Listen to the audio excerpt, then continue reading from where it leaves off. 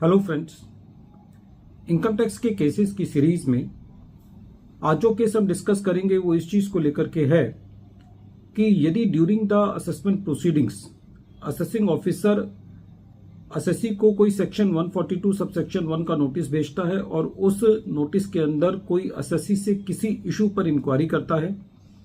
लेकिन असेसी किसी वजह से उस इंक्वायरी का जवाब नहीं दे पाता और असेसिंग ऑफिसर बिना उस इंक्वायरी के रिप्लाई को कंसीडर किए बिना, जिसको असेसी ने कोई रिप्लाई नहीं दिया है और असेसी के फेवर में यदि डिसीजन दे देता है, तो क्या इसको ये माना जाएगा कि ये सेक्शन 263 के लिए एक इरोनियस ऑर्डर है क्योंकि असेसिंग ऑफिसर ने प्रॉपर इंक्वायरी नहीं की?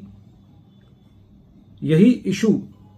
मुंबई आईटीएटी की एफ बेंच ने अपने एक case Viking media and entertainment private limited versus deputy commissioner of income tax के केस में डिसाइड की।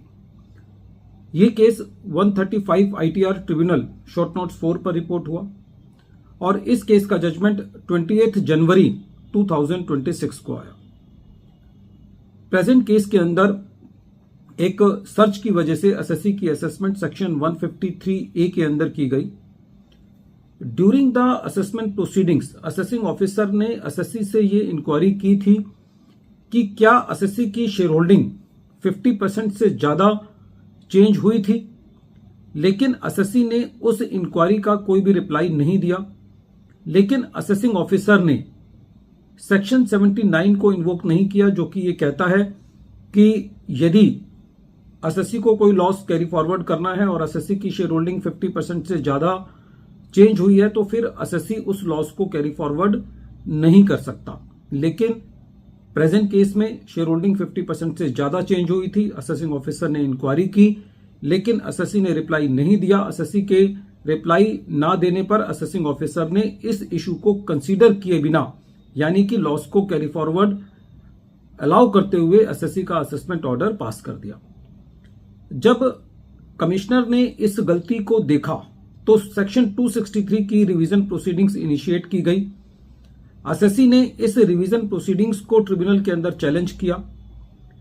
असेसी का यह कहना था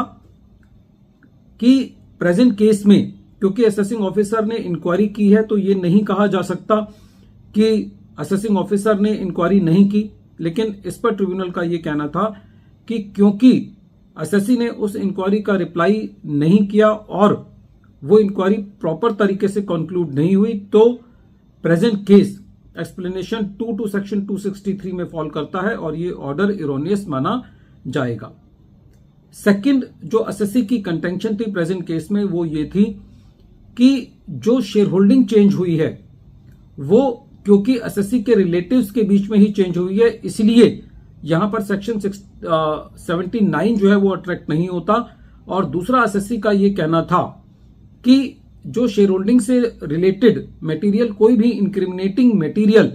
ड्यूरिंग द सर्च प्रोसीडिंग्स नहीं मिला था, इसलिए ये सेक्शन 153A की असेसमेंट का पार्ट नहीं बन सकता, क्योंकि प्रेजेंट जो असेसमेंट है वो एक अनअबेटेड असेसमेंट का इशू है। इस पर ट्रिब्यूनल का ये कहना था कि जो ये दोनों इश्यूज हैं असेसी के, ये असेसमेंट के दौरान कंसीडर किए जाएंगे कि क्या वो इंक्रिमिनेटिंग मटेरियल का पार्ट था या नहीं, क्योंकि प्रेजेंट केस में जो फैक्ट्स हैं उनसे ये सामने आता है कि असेसिंग ऑफिसर ने उस इशू के लिए कोई प्रॉपर इंक्वायरी नहीं की, तो ऐसे केस में वो ऑर्डर एक्सप्लेनेशन 2 टू सेक्शन 263 के मुताबिक इरोनियस माना जाएगा।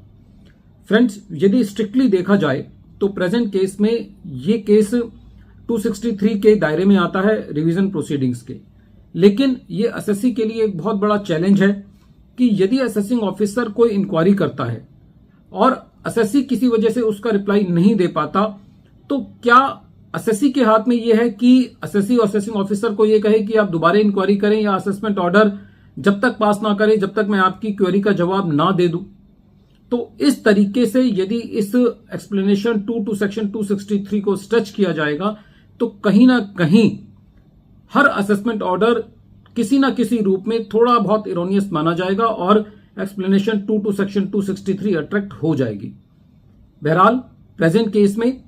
ट्रिब्यूनल का यह मानना था क्योंकि वो इंक्वायरी प्रॉपर तरीके से कंक्लूड नहीं हुई, तो वो ऑर्डर इरोनियस है और